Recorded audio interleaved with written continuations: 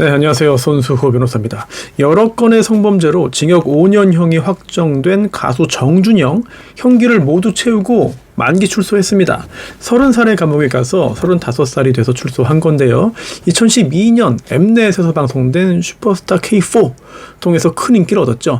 당시만 해도 슈퍼스타 K 인기가 아직 많이 남아있을 때입니다. 저도 그때 굉장히 재미있게 봤는데 당시 정준영은 시즌4의 1번 참가자였습니다. 굉장히 잘생긴 외모로 큰 관심을 끌었고 또 로이킴하고 함께 먼지가 되어를 불렀어요. 이게 심사위원들에게 엄청 좋은 평가를 받았고 또 음원도 인기였습니다. 특히 여성들에게 큰 인기를 끌었는데 당시 비록 우승은 못했지만 최종 3명까지 남았습니다. 3강까지 올랐고요. 특히 문자 투표가 엄청났죠. 이렇게 쇼스케 출연을 마친 후에 인생이 완전히 달라졌습니다. 광고도 많이 찍었어요. 무명 가수였던 어린 정준영에게 진짜 어마어마한 일이 벌어진 거죠. 그리고 이후에 방송 활동도 굉장히 활발히 했죠. 이번에 전국 노래자랑 진행자 자리에서 내려온 김신영 씨가 MBC 라디오 정오의 희망곡 진행할 때 좀 몸이 아팠는데 그때 임시 DJ까지 맡았거든요. 그런 자리를 아무에게나 주지 않습니다. 대단한 일이죠. 그리고 당시 최고의 예능 프로였던 1박 2일을 비롯해서 여러 예능 프로그램에도 활발하게 출연했습니다. 그 인기를 발판으로 레스토랑 사업까지 했어요. 해외에서. 승승장구한 거죠. 젊은 나이에 방송 출연으로 인생 역전해서 완벽한 어떤 셀럽 방송인의 화려한 삶을 계속 이어나갈 것처럼 보였습니다. 하지만 정준영은 순식간에 몰락했죠. 온 나라를 뒤흔든 성범죄로 정말 몰락을 했고 감옥에 갔습니다. 그리고 어제 새벽 5시 5분에 전남 목포교도소에서 형기를 마치고 출소한 건데 마스크 쓰고 모자 늘어 쓰고 이제 밖으로 나왔습니다. 그리고 이 사실을 안 취재진들이 앞에 있었습니다만 뭐 별다른 얘기 하지 않고 그냥 쓱 지나갔는데 다만 정준영은 성범죄자 신상정보 공개 대상은 아니에요. 그래서 성범죄자 알림이 사이트가 있잖아요. 온라인에서 검색해서 볼 수 있는 여기에서는 정보를 조회할 수가 없습니다. 그리고 전자발찌 부착 대상도 아닙니다. 성범죄자에게는 형벌이 가해지지만 뭐 징역, 벌금 등등 그 외에도 다른 것들이 있습니다. 신상정보 등록이 있고요. 신상정보 공개가 있고 또 등록정보 고지가 있습니다. 알려주는 거죠. 또 위치 추적 전자장치 그러니까 전자발찌 부착하는 그런 명령도 있고 지난 영상에서 말씀드린 것처럼 조두순처럼 여러 가지 제한을 둡니다. 행동에 준수사항을 두는 거죠. 야간 외출을 제한한다든지 음주를 제한한다든지 뭐 거주 이동 뭐 여행 등등을 이제 제한한다든지 이런 것들이 있습니다. 자, 그런데 이 정준영은 신상정보 공개 대상도 아니고 또 전자발찌 부착 대상도 아닙니다. 비슷한 사례들을 좀 비교를 해보면은요. 이 정준영 단톡방 멤버로 또 함께 재판받고 또 징역 2년 6개월 실형을 산 FT 아일랜드 출신 가수 최종훈이 있죠. 네, 그리고 또 징역 1년 6개월 살고 나온 빅뱅 승리, 네, 버닝썬 게이트의 빅뱅 승리 이 두 사람도 다 신상정보 공개 대상은 아니었어요. 그래서 사이트에 올라오지 않았습니다. 반면 고영욱 룰라 출신의 고영욱 아동청소년 대상 성범죄였잖아요. 네, 신상정보가 공개됐습니다. 또 출소 후에 3년 동안 전자발찌를 차기도 했거든요. 이야기 나온 김에 다음 영상에서는 이제 고영욱 사건 판결문을 한번 자세히 해설해 드리겠습니다. 놀랄만한 일들 또 경악스러운 일들이 굉장히 많이 있습니다. 판결문 안에. 자, 다시 정준영 얘기로 돌아오면 정준영이 전 여자친구로부터 고소를 당했어요. 또 그게 알려지면서 논란이 커졌고 결국 출연 중이던 1박 2일에서도 쉬고 자숙에 들어갔죠. 그런데 당시 동료 연예인들이 정준영을 옹호했습니다. 지지하기도 하고 논란이 커졌거든요. 아무튼 이렇게 복귀를 준비하던 중에 더 큰 게 터진 거죠. 2019년 당시 그 빅뱅 승리가 불법적으로 성관계 영상을 촬영하고 또 그거를 카톡 단톡방에 공유한 사실이 드러났는데 그 대화 내용이 우연한 계기로 이제 알려지게 된 겁니다. 제가 업무를 하면서 그 과정을 알게 됐어요. 업무 과정에서 자세히 알게 됐는데 엄청난 사정들이 있었고 그 후에도 파장이 굉장히 컸습니다. 네, 이거는 업무상 알게 된 거기 때문에 말씀드리기가 좀 어렵고요. 아무튼 당시에 뭐 버닝썬 사태, 황금폰 사태 이게 터지면서 엄청난 파장이 일었죠. 특히 가수 지코 어제 TV 출연해가지고 라디오스타였죠? 네. 정준영의 핸드폰을 이제 황금폰이라고 이제 언급했는데, 그때는 다 웃고 넘어갔죠. 네. 그런데 나중에 보니까 이게 굉장히 무서운 일입니다. 굉장히 섬뜩한 일인 거예요. 그리고 승리를 이제 가수 승리 포함해가지고 뭐 최정훈도 있었고, 뭐 용 누구누구, 뭐 무슨 킴, 이런 주변 인물들을 향한 비난 여론도 굉장히 강하게 나왔습니다. 법적인 판단과 별개로 대중의 시선이 굉장히 좀 차가웠던 것이죠. 자, 그러면 이 사건, 정준영 사건으로 돌아와서 수사와 재판을 시간 순서대로 한번 알아보겠습니다. 2019년 3월 11일에 당시 그 버닝썬 게이트 수사가 진행되고 있었습니다. 그런데 그 과정에서 뭔가 툭 튀어나온 거예요. 그리고 그걸 SBS가 특종 보도한 겁니다. 정준영이 성관계를 불법으로 촬영하고 음란물을 카톡방통에 유포했다라는 내용이었는데 대중이 경악했습니다. 이미 논란이 있어서 자숙 중이었기 때문에 그러면 그렇지, 그럴 줄 알았다라는 여론이 상당히 강했고요. 또 반면 아직 사실이 확인된 게 아니기 때문에 이건 범죄 따로 단정하고 비난하면 안 된다라는 일부 팬들의 옹호도 있었습니다. 그런데 이틀 후인 3월 21일에 정준영이 구속됐습니다. 네, 성폭법, 성폭력 범죄의 처벌에 관한 특례법 위반 혐의였는데 구속까지 되니까 여론이 완전히 이제 등을 돌렸어요. 네, 구속 상태로 수사가 이루어졌고요. 4월 16일에 기소됐습니다. 방송국에서는 뭐 출연 정지 연예인으로 지정을 했고요. 이렇게 재판이 진행됐는데요. 당시 재판을 받은 사람 공동 피고인 5명이나 됩니다. 정준영이 있고요. 그리고 또 조금 전에 말씀드린 FT 아일랜드 출신의 최정훈이 있고, 허모 씨, 김모 씨, 그리고 우리나라에서 가장 유명했던 아이돌 그룹이죠. 네, 그 아이돌 그룹의 멤버의 오빠인 권모 씨까지 5명의 정준영 단톡방 멤버들 함께 기소돼서 재판을 받았습니다. 자, 최정훈도 정준영이 구속된 2달 후인 2019년 5월에 구속이 됐어요. 그리고 권 씨 역시 함께 구속이 됐는데, 혐의를 좀 요약해 보면은 2016년 1월에 강원도 홍천에서, 또 3월에 대구에서 이렇게 술에 취한 여성을 상대로 집단 성범죄를 저지른 혐의를 받았습니다. 자, 그뿐만 아니라 정준영은 2015년 말부터 8개월 이상 연예인들이 참여한 카카오톡 대화방, 단톡방에 여성들과 성관계하는 사실을 이제 밝히고 얘기하고 또 몰래 촬영한 영상을 공유했다. 이렇게 총 11차례에 걸쳐서 불법 촬영물을 제공했다라는 혐의까지 받았습니다. 법원 자료를 보면은 공소사실 요지가 이렇습니다.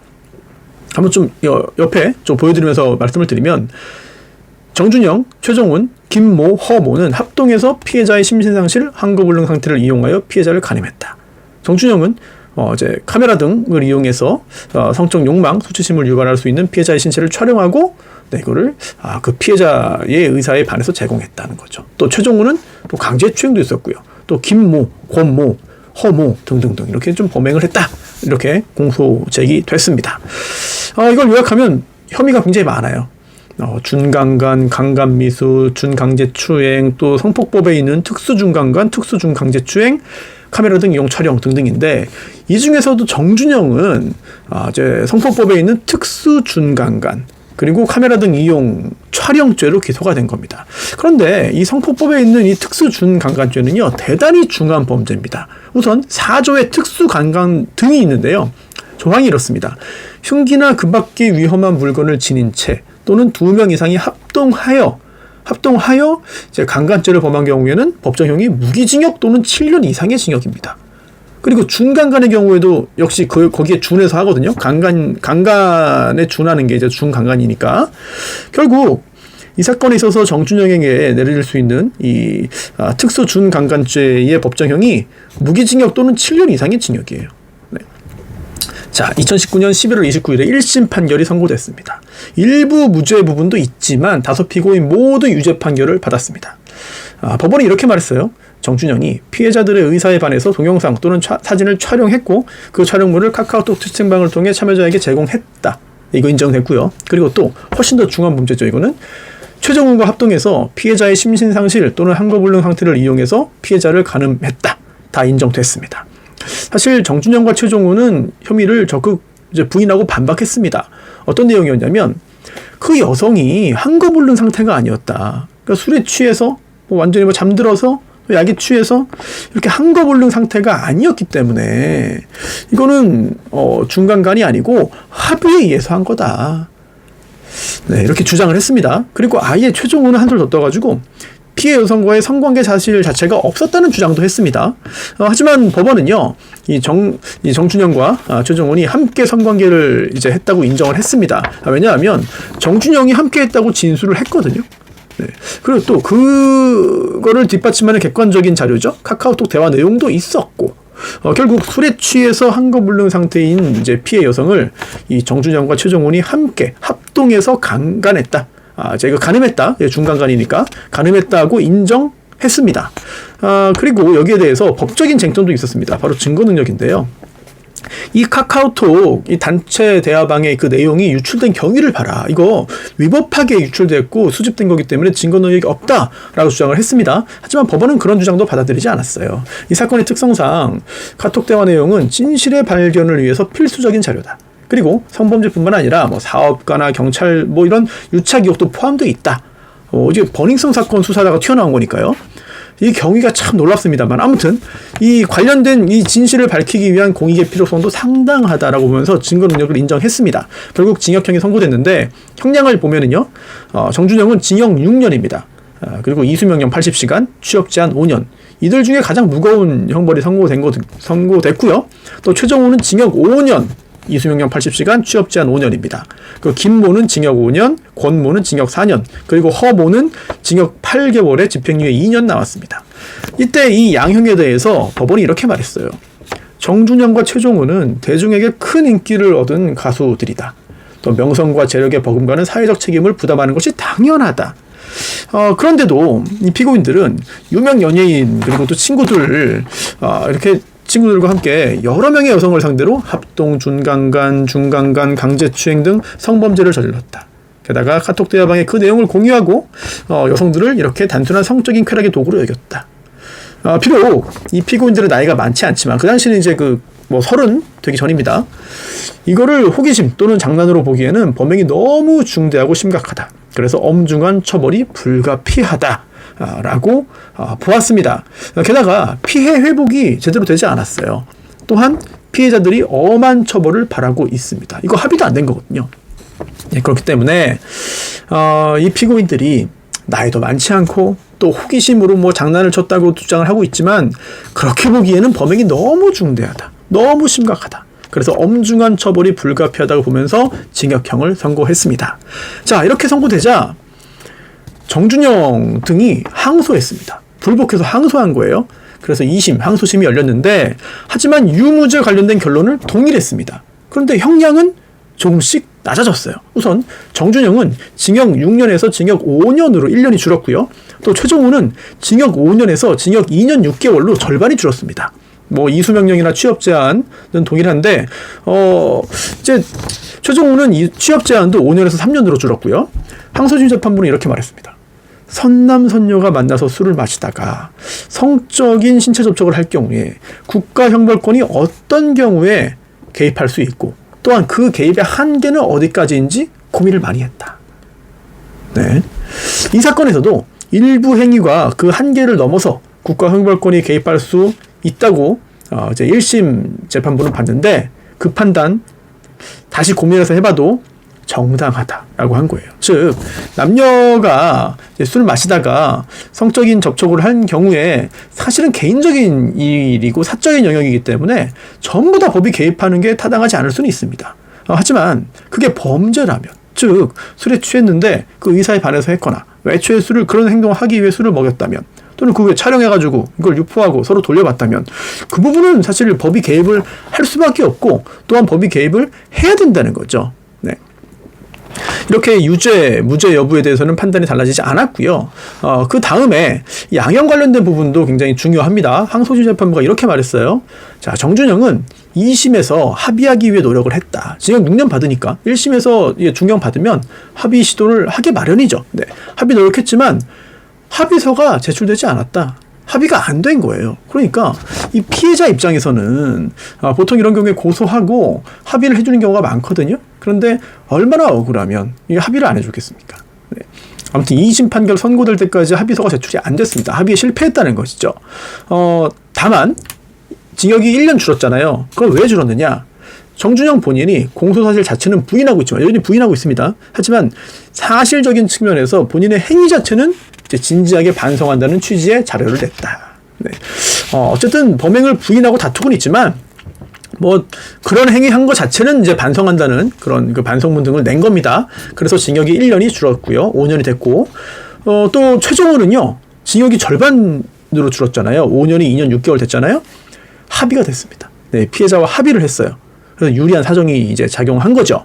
그런데 합의를 했지만 또 공소사실 자체를 인정하지는 않아요. 그렇다면 이게 진지한 반성이 아니잖아요. 그렇기 때문에 더 크게 깎아줄 수는 없고 징역 5년을 징역 2년 6개월로 이제 낮추게 된 겁니다. 자, 여기에 불복해서 정준영도 그렇고 이렇게 검사도 그렇고 다시 또 상고했습니다. 그래서 대법원까지 올라갔는데 2020년 9월에 대법원이 양측의 상고를 싹 다 기각했습니다. 그러면서 정준영은 징역 5년형이 확정됐고 5년을 살고 이번에 만기 출소한 거거든요.